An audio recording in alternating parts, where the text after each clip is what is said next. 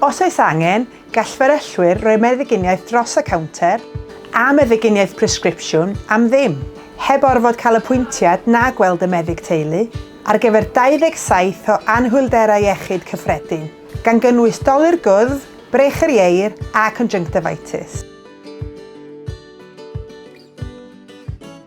Mae llawer o fferyllwyr yng Nghymru yn gallu rhoi meddyginiaeth i chi ar gyfer nifer o fan a fiechydon sydd ddim yn syrthio o dan y gwasanaeth anhwylderau cyffredin. If you're feeling unwell and not sure what to do, then a pharmacist can offer you free advice for minor health concerns, often without the need for an appointment.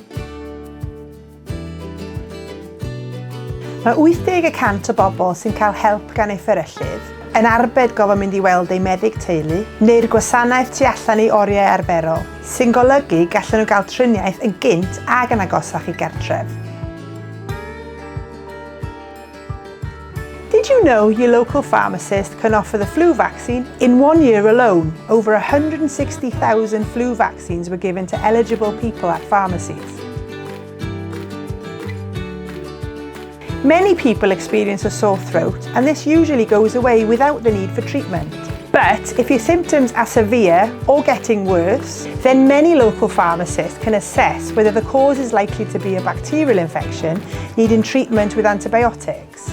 They will swab the back of your throat, and if the test is positive, they may provide antibiotics to help you get better sooner.